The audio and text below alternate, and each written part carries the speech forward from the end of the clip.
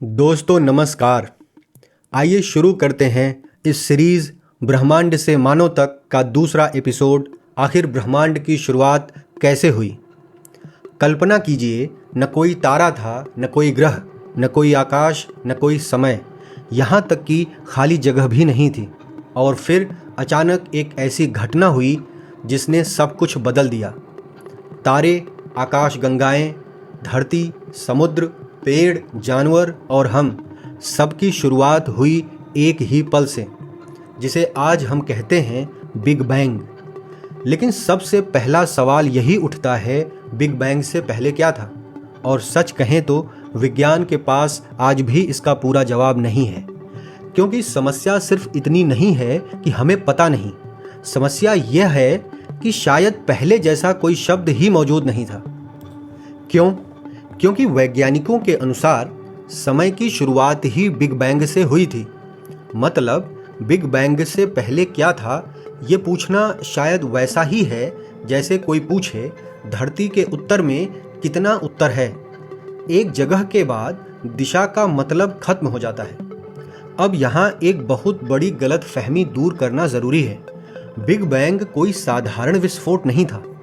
ये ऐसा नहीं था कि किसी खाली अंतरिक्ष में बम फटा हो, क्योंकि उस समय अंतरिक्ष खुद मौजूद नहीं था।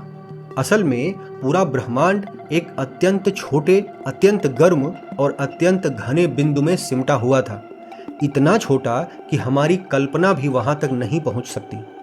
फिर एक क्षण में उस बिंदु ने फैलना शुरू किया और उसी फैलाव के साथ जन्म हुआ अंतरिक्ष का, समय का, ऊर्जा का और बाद में पदार्थ का। हम अक्सर सोचते हैं कि ब्रह्मांड किसी जगह में फैल रहा है, लेकिन सच इससे भी ज़्यादा अजीब है। ब्रह्मांड किसी जगह में नहीं फैल रहा, बल्कि जगह खुद फैल रही है। मतलब दो आकाश गंगाओं के बीच की दूरी इसलिए बढ़ रही है क्योंकि अंतरिक्ष फैल रहा है।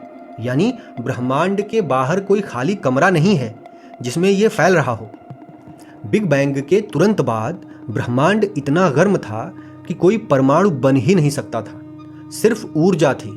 फिर जैसे जैसे ब्रह्मांड ठंडा हुआ, ऊर्जा से पैदा हुए छोटे छोटे कण, इलेक्ट्रॉन, क्वार्क, प्रोटॉन और बाद में बने पहले परमाणु, मुख्य रूप से हाइड्रोजन और हीलियम। यही वे तत्व थे जिनसे आगे चलकर बने तारे, आकाशगंगाएं और अंततः हम।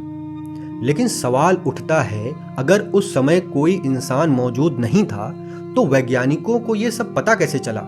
क्योंकि ब्रह्मांड आज भी अपने अतीत के निशान संभाल कर बैठा है। जब वैज्ञानिकों ने दूर की आकाश गंगाओं को देखा तो पाया कि लगभग सभी आकाश गंगाएं हमसे दूर जा रही हैं। मतलब ब्रह्मांड फैल रहा है। और अगर आज सब दूर जा रहा है तो कभी अतीत में सब कुछ एक दूसरे के बेहद पास रहा होगा। इसके अलावा वैज्ञानिकों को पूरे ब्रह्मांड में एक हल्की पुरानी गर्मी भी मिली, जिसे कहा जाता है कॉस्मिक माइक्रोवेव बैकग्राउंड।